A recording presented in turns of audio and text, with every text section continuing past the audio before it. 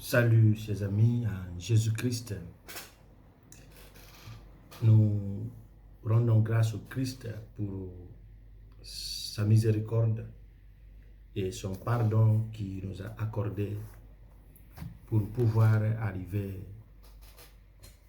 à cette période du carême, en commençant par ce mercredi de Cendres. Aujourd'hui, nous allons réfléchir autour du thème « Le carême, force d'être pour paraître ». L'Église nous propose, comme chaque année, le livre de Joël, chapitre 2, verset 12, jusqu'au verset 18. La deuxième lettre de Saint Paul aux Corinthiens, chapitre 5, verset 20, jusqu'au chapitre 6, verset 2. Et l'Évangile selon Saint Matthieu, chapitre 6, verset 1 à 6, 16 à 18. Le carême, la force d'être pour apparaître. Le carême avait déjà, à la fin du IVe siècle, ses caractéristiques actuelles, ce qui parlait de la préparation des catéchumènes au baptême, des pénitents à la réconciliation. Il était aussi le temps de prière et de partage pour tous les peuples chrétiens.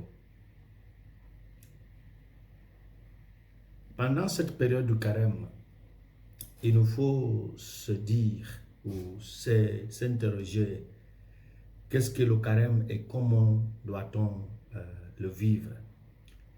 Le carême commence le mercredi de Cendres et s'achève le jeudi saint avant la célébration de la Cène du Seigneur. La semaine sainte qui commence avec le dimanche des Rameaux commémore la Cène du Seigneur, la passion et la mort du Christ sur la croix. Et le chemin de croix nous aide pendant cette période à faire asseoir le mystère de la passion du Christ. Le samedi saint au soir et le dimanche de Pâques, les chrétiens célèbrent la résurrection du Christ. La durée du carême, 40 jours, sans compter le dimanche, fait en particulier référence, si vous voulez, aux 40 années passées au désert par le peuple d'Israël entre la sortie d'Égypte et son entrée en terre promise. Elle renvoie aussi aux 40 jours passés par Jésus au désert entre son baptême et le début de sa vie publique, son ministère public. Ce chiffre de 40 symbolise le temps de préparation à de nouveaux commencements. Durant le carême, nous sommes invités par l'Église à nous donner des moyens concrets dans la prière, dans la pénitence et dans le partage, ce qu'on appelle les 3 P du carême. La prière, la pénitence et le partage. Ces moyens nous aident à discerner les priorités de notre vie. Le temps du carême est un temps autre qui invite à une mise à l'écart pour faire silence et être ainsi réceptif à la parole de Dieu. Mais en quoi consiste le jeûne qui fait partie de notre pénitence? Parce qu'aujourd'hui, l'Église nous parle que c'est une obligation de jeûner, une obligation de s'abstenir de la consommation de viande. Mais en quoi consiste le jeûne? Le jeûne consiste à faire un seul repas pendant la journée avec une alimentation frugale ou modérée, le matin et le soir. On ne doit rien manger entre les repas, sauf en cas de malade ou de maladie. Si vous préférez manger le soir, vous sautez le plat du matin et du midi. Vous préférez manger le matin, vous sautez le midi et le soir. Ainsi de suite. Mais ce jeûne ne concerne pas tout le monde d'une manière classique de privation de nourriture. La loi du jeûne oblige tous ceux qui sont majeurs jusqu'à l'âge de 59 ans, selon la catéchèse de l'initiation chrétienne, numéro 1252. En parlant aussi de l'abstinence, il nous dit que c'est de se priver de viande rouge, viande blanche ou de dérivés de viande, des choses fabriquées à la base de la viande. Et la loi de l'abstinence enjoint tous ceux qui ont accompli 14 ans. La même référence nous dit la même chose.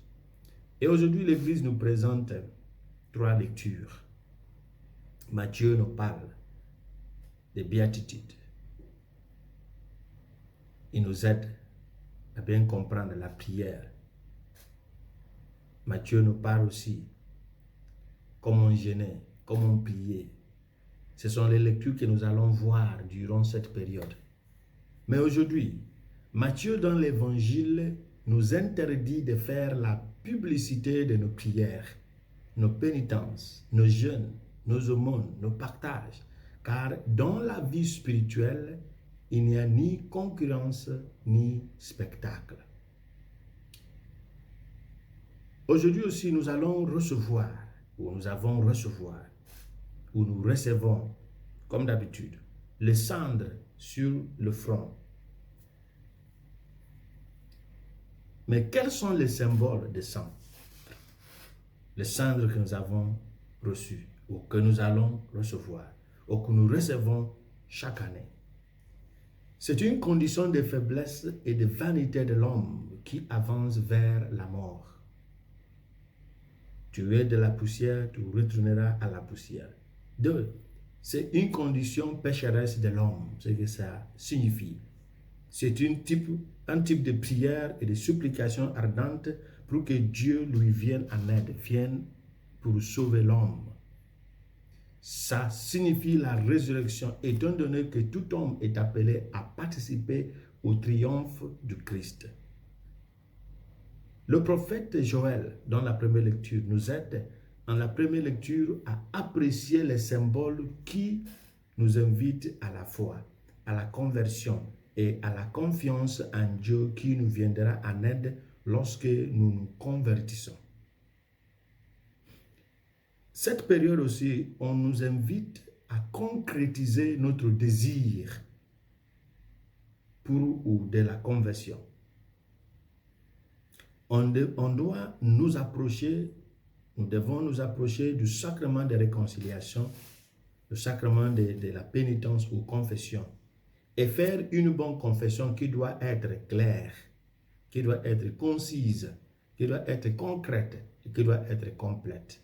Parce que Dieu nous connaît, Dieu nous voit, Dieu nous maîtrise. Lorsque nous ouvrons à Dieu, il nous accordera la grâce nécessaire et le salut nécessaire.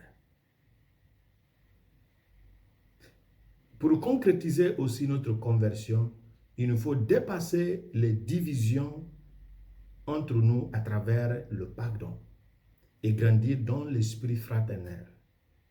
Il nous faut aussi pratiquer les œuvres de miséricorde sans faire de publicité de nos œuvres. Alors, le Saint Paul, dans la deuxième lecture, nous assure de la grâce de Christ qui est venue jusqu'à nous à la plénitude des temps. Alors, ce temps de carême nous est donné comme le moment favorable, comme Paul nous dit, pour la conversion, car tous les éléments sont présents. Tout ce qu'il faut penser pour être proche de Dieu. Il n'y a pas de long discours. Tout est pratique. Quand nous entendons « Convertissez-vous et croyez à l'évangile », ce n'est pas pour décorer la lecture. Ce n'est pas pour embellir les chants liturgiques. Il nous invite à faire des efforts vers la conversion véritable. Je sais que la conversion n'est pas facile. Je le sais. C'est pourquoi il nous faut crier avec le psalmiste. Pitié Seigneur, car nous avons péché. Pitié Seigneur, car nous avons péché. Que Dieu nous prenne en grâce, qu'il nous bénisse, qu'il nous sanctifie. Le Père, le Fils et le Saint-Esprit. Amen. Bon temps de carême à vous tous. Que le Seigneur nous accorde la grâce et la sincérité nécessaires pour améliorer certaines choses dans notre vie, pour qu'au jour de la Pâque, nous devenions des gens renouvelés et dignes de recevoir et de chanter avec joie Jésus ressuscité.